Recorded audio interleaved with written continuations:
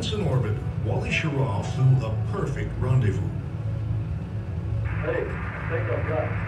Is that spacecraft 7? He gradually eased his spacecraft towards Gemini 7.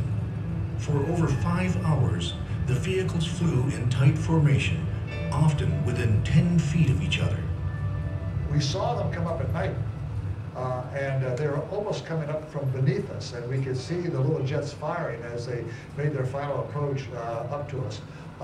It was very, very smooth, and I guess all the training paid off, all the testing paid off, and all the ideas of what it would be like turned out to be correct, because we could maneuver the spacecraft within a couple of feet of each other. The reaction control jets worked perfectly to give us good control of the two vehicles, and essentially that was really what I would call a milestone on the way to the moon, to be able to rendezvous that we did. I guess the most fun I had with that mission was Tom Stafford, an Air Force major then, Naval Academy graduate. Jim Lovell, maybe, I think he was probably lieutenant commander. Naval Academy graduate. I'm a lieutenant commander. I'm a commander, I guess, maybe, I forget. Naval Academy graduate. Frank Borman in Gemini 7, a West Point graduate. So naturally I had to hold up a sign, beat Army. Borman's never forgiven me for that. Although Borman is witty enough that he got back at me. He said, oh, look at that sign, it says beat Navy. I pulled this sign down and looked at it. Now, I noticed that we're starting to run late, and I didn't really tell you a lot about lone wolves, so let me do that. 7502.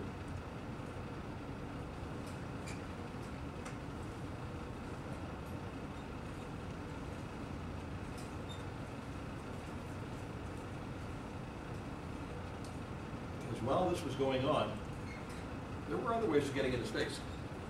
There were other activities happening around the same time, in fact happening in the 50s, before anyone was launching, before NASA even existed. There was a fellow out in the desert by the name of John Paul Stapp. He was an Air Force colonel, a doctor. He did a lot of work in World War II on breathing systems and escape systems at altitude. And Stapp was an iconoclast to the First Order. He used to constantly fight the Air Force press to get permission to do what he wanted to do. He was working just outside of a town called Alamogordo, which called itself Rocket City. An amazing number of remarkable developments came from that very era, both there and Holloman Air Force Base, which still likes to have a rocket sled program and boast their speed capabilities. It's the only place in North America that rocket sleds continue to move. And John Paul Stapp is the only guy who ever rode a high-speed rocket sled track out at Holloman. He did this in order to develop and test harness systems and escape systems and see what human beings were really going to be capable of given the incredible G-forces that they are now suddenly finding themselves dealing with. So Stapp literally rode rocket sleds up to very close to, in fact, surpassing the speed of sound. This was at a time when the book said human beings could survive 8, maybe 9 negative Gs. I think 18 was the ultimate limit, at which point you would theoretically return to mush. Stapp survived 43 Gs on his last runs out of home. Damaged himself quite badly, but certainly proved his point.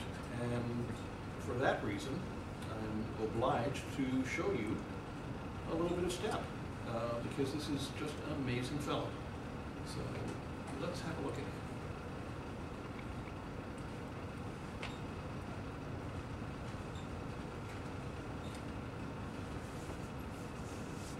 If you've ever wanted to ride a rocket sled, this will probably dissuade you. Once you're strapped in and we're ready to go, everybody else has to leave. And the rider's all out there by himself. Everybody else is in the blockhouse quite a distance away. They start giving a countdown over the loudspeaker, and the sirens are going off, you know. That shows you how much guts he had, that he'd be sitting there looking down the track. And at the end of the track, we usually had an ambulance and his Cadillac. And he knew we were going to wind up in one of them at the end of the run. If you imagine hurtling down a track at the speed of sound and slamming to a stop in less than a second, the forces that puts on the human body are just unbelievable. Stapp broke ribs. He damaged almost every part of his body in these runs, and he made these runs over and over and over again, knowing what was going to happen. On his sled run, and by the way, I was the chase pilot. I was flying an aircraft when he made that sled run back in 1955. I actually flew the airplane right alongside of him, and that was one of the most phenomenal events that I've ever witnessed. Here a man went almost 614 miles an hour. He knew exactly what physiologically was going to happen to him. He knew that he was going to get a horrible beating, a life-threatening beating, but he knew that this research needed to be done. And he established the actual limit to deceleration for a man. Dr. Stapp pulled an astonishing 46.2 negative Gs on his final runs at Holloman, his body momentarily weighing in at nearly 4 tons as he was crushed against the straps. And I can tell you that as the G's got higher, I started practicing dressing and undressing with the lights out in case anything really happened to my eyes, so I'd at least be in practice taking care of myself. I had total red out, couldn't see. Just like the picture that you saw. I can say that none of it was habit for me, and I'm so very pleased that it was survivable. But if it wasn't, well, at least we would have done our best. Dr. Stapp would recover from his early morning rides none the worse for wear, but his frequent encounters with senior Air Force management, Stapp referred to them as the mahogany desk crowd, would leave more permanent scars. Well, he was tenacious, and he never gave up. And if he believed in something, he went out and he got it done. And as a result of that, he stepped on a lot of toes. He wasn't much of a politician, so he never made general. Most generals are politicians, and Stapp was not. And he made a lot of folks mad at him along the way, the envious of his success. So unfortunately, he didn't make general, but he should have. For Joe Kittinger, the next phase in Colonel Stapp's experiments would involve an epic journey to the top of the sky, piloting a craft that predated the airplane by more than a century. And that's why I told you about Dr. Stapp. What has he got to do with space? Well, because once the rocket sled runs were over, he wanted to push further. He knew that we were going to be going into space, and his entire career at that point had been dedicated to figuring out how to help pilots survive the kind of conditions that they're going to find themselves in.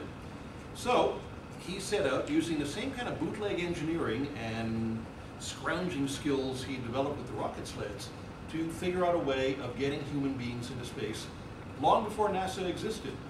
And what he came up with was a launch platform that would carry potential astronauts well above the stratosphere and allow them to live up there and do research. Of course, what he came up with was super high altitude, really massive helium balloons that would fly a capsule that he designed and that his team built at Holloman. And this is the Man High capsule. It is about as small as this thing could possibly have been made to allow an astronaut to still do what he needed to do. You couldn't move your arms. It was smaller than a telephone booth. Anyone still remember telephone booth? Sorry, just checking. But what was packed into this pressurized vehicle was absolutely astonishing.